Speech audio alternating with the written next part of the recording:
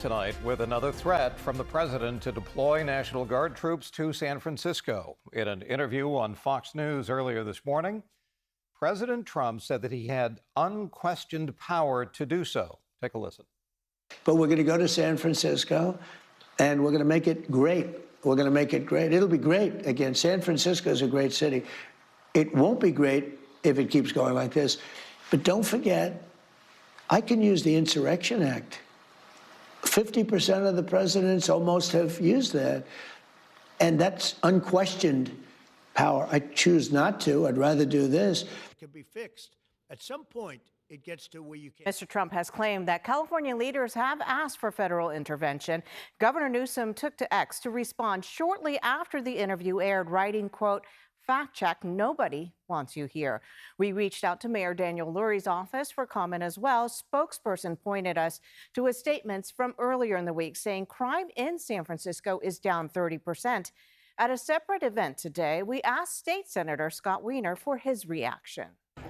He keeps saying that San Francisco wants the U.S. military to be on our streets. We don't. We want them to stay away. We don't need the military here. We don't want the military here. With California lawmakers opposed to the notion, the recurring question is, can the president do this?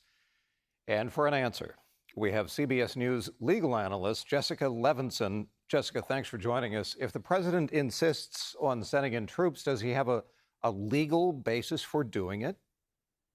Maybe. There's a federal statute called the Insurrection Act. It dates back all the way to the 1800s. It's actually a couple of different pieces of legislation, and it does give the president the power to potentially send in the military, to federalize the National Guard and send them in to directly enforce domestic law. But the statute essentially reads as, if these things happen, then the president has the power. So if President Trump does, in fact, try to invoke the Insurrection Act, which would be the next move, it would be past just trying to, what we've seen, federalize the National Guard. If he does try and do that, then we can assume that there will be lawsuits and there will be federal judges struggling with this question of how much can you second guess a president, meaning how much deference does a president get? And are the preconditions met? It would look a lot like the arguments that we've been having with respect to whether or not the president has the power to federalize the National Guard. Well, it seems to me the next step would be defining what an insurrection is. I mean, inevitably, isn't this going to end up in court if President Trump does decide to proceed? Yes, exactly. So we're going to be seeing, again, the same questions about, does the president have the power to say, this looks like an insurrection, or this looks like a rebellion, or this looks like the type of situation where a state isn't able to protect their residents' constitutional rights, such that I, as president, have the power to say, I am going to send in the military. Let's remember that the Insurrection Act, unlike just the power that the president has to federalize the National Guard, the Insurrection Act would suspend posse comitatus.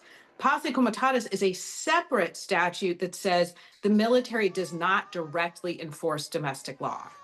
Let me ask you something else, just kind of a bigger picture thing, and it has to do with, can the president defy the Supreme Court? I think the longest-serving Chief Justice of the Supreme Court, John Marshall, and again, we're going back to the 19th century, but longest-serving Chief Justice, made a ruling in Georgia that Andrew Jackson, as president, pretty much said, well, thanks for your point of view, Supreme Court, but I'm going to ignore it. Can the president simply defy the Supreme Court? No, that's not how our system is designed. Our system is designed, we've understood all the way back centuries now, the Supreme Court can get the final word on what the Constitution means and whether or not an action is constitutional or not.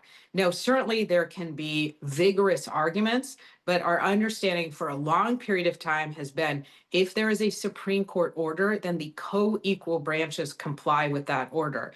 We should be clear that I think your question is exactly right, saying Supreme Court order, because the system is also designed to allow presidents, if they lose cases in the lower courts, to appeal and to appeal vigorously and to make their cases very strongly before the courts. But if the Supreme Court says X, then a president doesn't get to say, well, go pound sand, I'm going to do Y. We're going to tell it to Andrew Jackson. Jessica Levinson, CBS News legal analyst and law professor at Loyola Marymount University. Jessica, appreciate your time. Thanks very much. Thank you.